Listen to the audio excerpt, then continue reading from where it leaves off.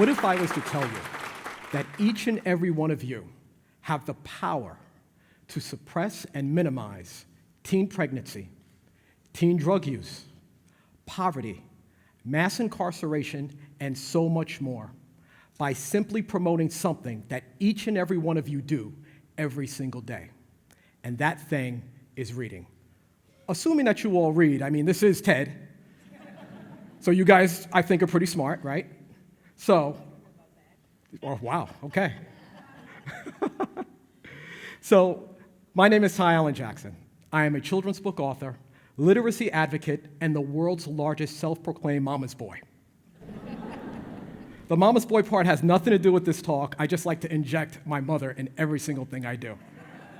She's my hero. Hi, Mom.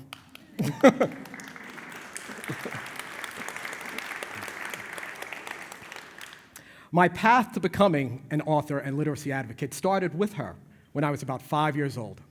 She would take my brother and I to the library, and we would go and we would bring back as many books as we could possibly carry, and we would bring them home to her bed, which when you're a kid, your mother's bed seems like a throne, not like a bed. And we would sit on that throne, and she would spread out all the books that we had right along her bed. And she would then read the books with such enthusiasm and animation that it was like having theater right in front of you. It was the foundation that laid down for me to become the reader and the author that I am today. Fast forward to about 10 years ago. 10 years ago, my son asked me a question, and this question would change my life. And he very simply said, "Hey, Dad, can we open up a lemonade stand?"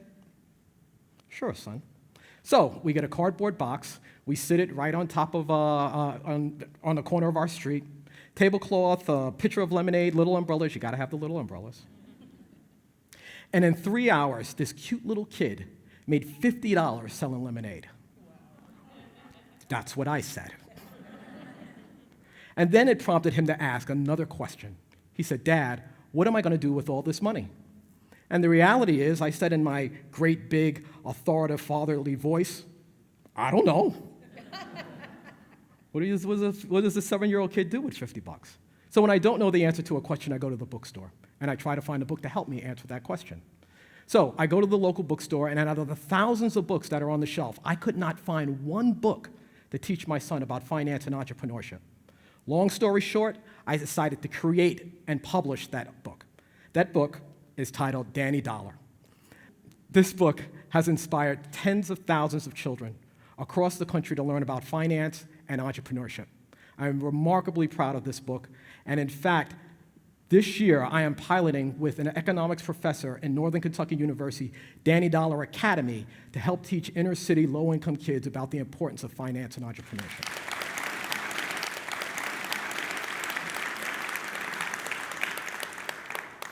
So this is my first book, and as my first book, as any first author would do, I went out and heavily promoted this book. So I would go to schools in my community, and I noticed something immediate upon me promoting this book. A lot of kids simply did not like to read. Now, I can't even fathom that. As a kid, I loved to read, and I instilled this within my family, so prominently my children love to read. So I'm constantly surrounded by children who love to read. But lo and behold, as I'm promoting this book, children are telling me they're not interested because they don't like reading. So I decided to discover, why is it that children don't like to read? So as I'm making this discovery, I discovered something else that was incredibly, incredibly damaging.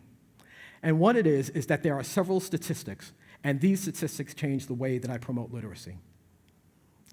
2 out of 3 children who cannot read proficiently by the 4th grade will end up incarcerated or on welfare. Whenever I say that quote, I get goosebumps like I have right now. To compound that, 85% of all teens who go through the judicial system are functionally illiterate. To coincide with that, 70% of all inmates today cannot read above a 4th grade level. There is a direct connection between illiteracy and incarceration in this country. It totally changed the way that I no longer wanted to promote just books. I wanted to promote the importance of reading. But instead of just promoting it to children, I wanted it to promote it to the people that it impacts the most, people who are already in jail. So myself and my business partner, Eddie Taylor, created this program. And this program is entitled FULL. FULL stands for Families United Through the Love of Literacy. It is a 3-step program that we've done with several jails here in Massachusetts.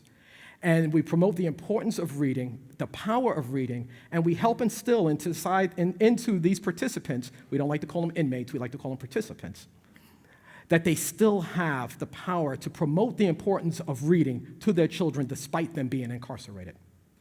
At the end of this program, they all have an opportunity to read my picture book titled When I Close My Eyes and be recorded. We take that recording, we put it in a DVD, and along with that book, we send it to their children so that they can have their mom or dad reading them a story whenever they want.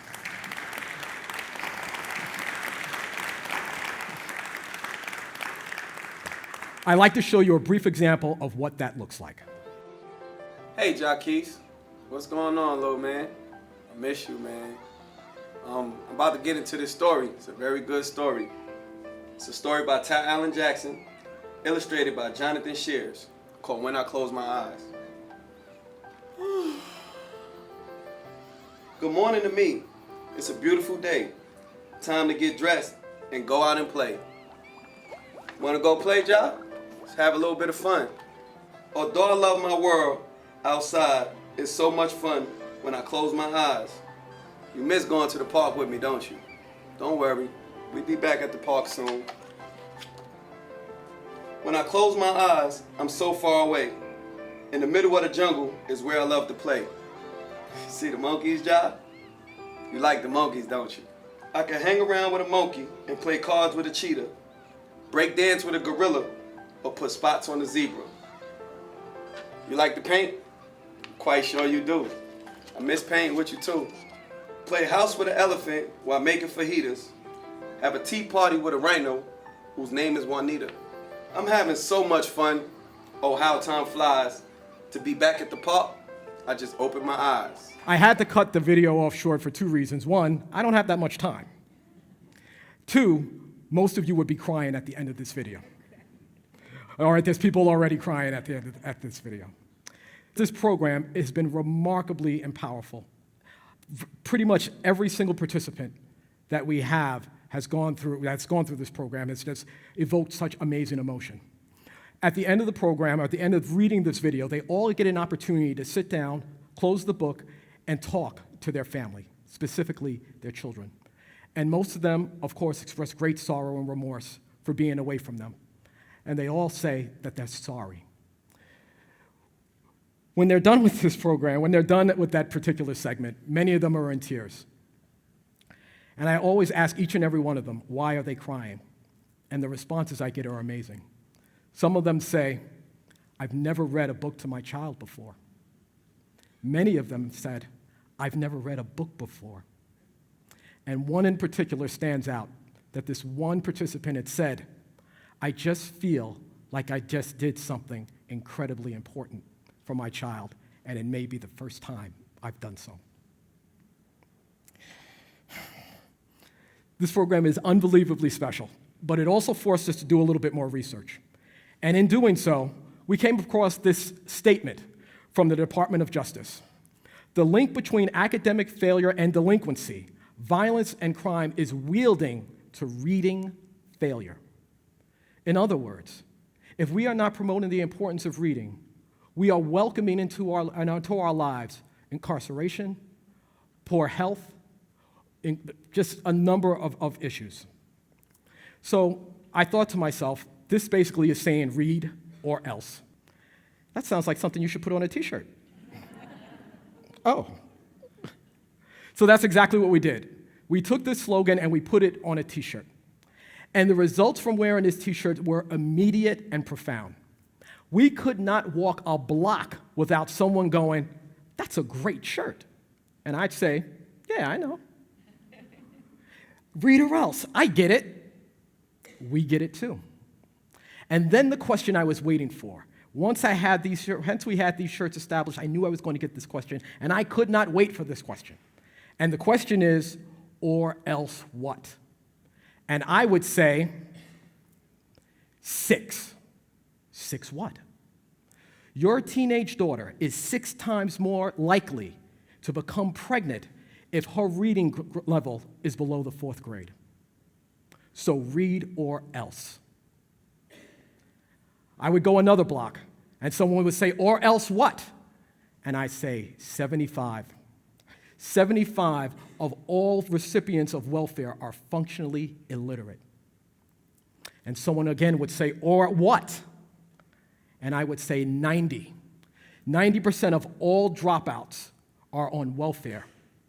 And also, when you are a dropout and are functionally illiterate, you no longer qualify for 90% of the jobs in this country. There is a direct connection to illiteracy and poverty and incarceration, and you name it. So we went on this brigade to go out and promote this t-shirt, and lo and behold, it started selling like crazy. And people all across the world were starting to buy these shirts. And as great as it was to have this walking, talking billboards all across the world promoting Read or Else, we wanted it to have an even more profound impact. So we decided that with every single purchase of a t-shirt or a hoodie that has the Read or Else logo, that we would send a book to a child in a homeless shelter to help sever the cycle of poverty that obviously exists inside their lives. And what book did we decide to send them? Well, duh. Danny Dollar. What better book to send a child that is struggling economically than to teach them about the importance of finance and entrepreneurship? Programs like the Full Program or Read or Else are our little way for us to put a dent in illiteracy. But each and every one of you have the power to do the exact same thing in your world. And when I say your world, I mean the world that's most important to you, your home. So I'd like to offer a couple of things that you can do to incite your little reader, if he or she isn't one already, to help them establish them to be a reader. One of the things that we can do is go to the movies. I'm a huge fan of the movies. And chances are when my little kids are telling me they want to go to a movie, more than likely that movie has already been a book. So we'll go to the bookstore and get the book and read it first. And I'm talking current movies from Diary of a Wimpy Kid or Captain Underpants that are in the theaters but were first books, or even movies like Shrek, which was first a book before it was a movie. Even The Wizard of Oz it was one of the most amazing books. If you have not read The Wizard of Oz, and I know you've all seen it, you need to read that book. That book is crazy. So if you want to help encourage little readers at home, take them to the movies. The other place that you really need to take them is the library. In my opinion, the library is the most powerful, important, yet underused resource in the country. If knowledge is power and books are where you get knowledge, the library is the ideal place to go and get them. Not to mention, to purchase a book is pretty darn expensive. And at the library, you can take out almost as many books as you want for free 99. So it is essential for you to go to the library, not to mention that the library has found new and creative ways to get you in, from having movie nights and author readings. Even my local library has Lego nights every other week to get families inside, which I think is pretty awesome. But the most important and powerful thing that you can do to help establish a little reader is to lead by example. My favorite poet, James Baldwin, once said that our children resist listening to their parents, but they never fail to emulate them.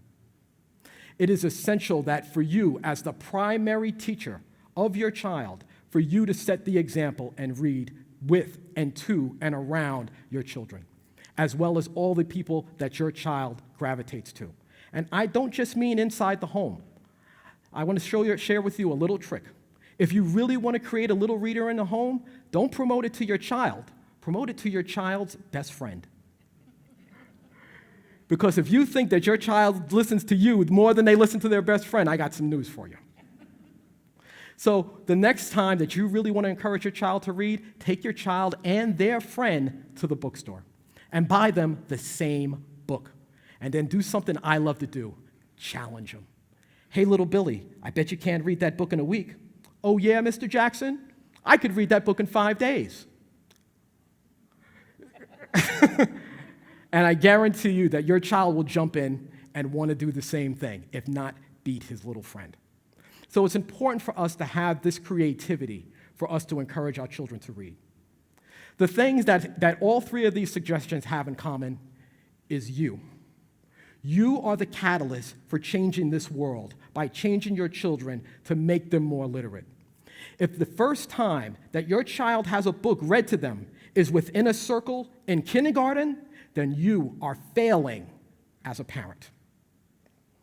I have one more number for you, actually technically two. It's this one, and it's pretty darn large. 32 million, and those are the amount of adults that cannot read in this country today. That is absolutely, positively devastating. And if you don't think that affects you, you are absolutely wrong. Because it's these 32 million people that are going to be dependent upon our welfare system. They are going to be victims of our incarceration system. And who's flipping the bill for these things? You are. So illiteracy impacts every single one of us every single day. So it is our obligation to promote the importance and the joy and the power of reading. And we can all do that with one final number, and that is 1. All it takes is one book and one child to change a life. If you are all readers, and I know you are, you all had one book that shifted everything, and it did it for me as well. And it is up to us as parents and guardians and loved ones and grandparents to expose our children to that one book. And it may take dozens, it may even take hundreds of books for you to get to that point, but it is an investment worth making for you to do that and impact our lives. I beg you, I plead with you, for behalf of the welfare of our country and our world, to read and promote reading, or else. Thank you.